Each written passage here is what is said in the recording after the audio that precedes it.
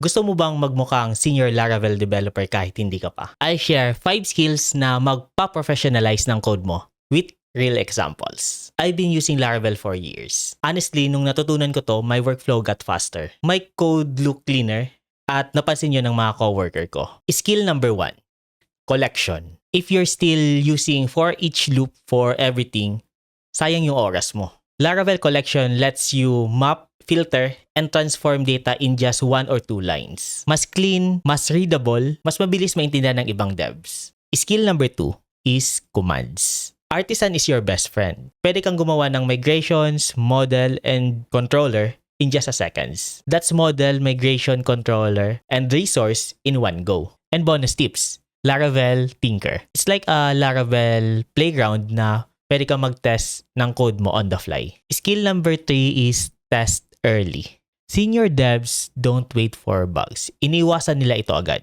Kahit simple lang na feature test, malaki na itong tulong. Skill number 4 is yung eloquent relationships. Stop writing endless queries. Gamitin mo yung eloquent query, yung belongs to many, has many, belongs to, with. I once optimized a logs table from 300 queries to just 6 dahil sa eager loading. Kaya pag-aralan nyo yung eager loading, promise. That's pro level efficiency. Skill number 5 is config and env or environmental variables. Never, ever, please lang, huwag kayong mag-hard code ng API key or settings nyo sa code nyo. Keep them in .env file sa Laravel para mas madali itong ma-update.